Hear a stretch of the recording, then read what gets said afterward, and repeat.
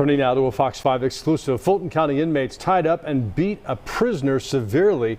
A relative recounted what happened to the inmate, telling Fox 5 those inmates demanded money. As Fox 5's More Stiggs reports, a retired jailer explained the act of violence is not uncommon and is linked to the inmate commissary in the jail. This is a honey bun pastry, one of the most popular items at the inmate store inside the jail. There have been beatings, including one that I'm going to tell you about, that's linked to the items in the store. What an expert says amounts to extortion. Inmates look forward to a privilege supplied by jail management. It is a commissary or inmate store where toiletries, food, and treats can be purchased. He said it was 8 came into his cell. Sabrina Jones is the godmother of an inmate.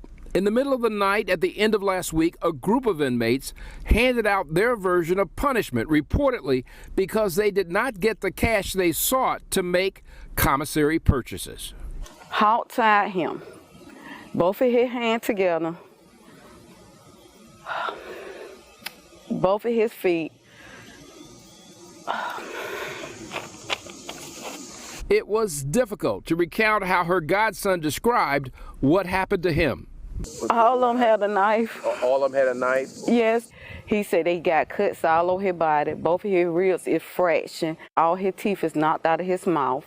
They were doing money where they extortioning money from inmates. But you will be surprised at how commissary is linked to violence inside the jail. Charles Rambo is a retired Fulton lieutenant who once was in charge of tamping down jail gang activity. He explained a targeted inmate plus family members all become victims of what he labeled extortion.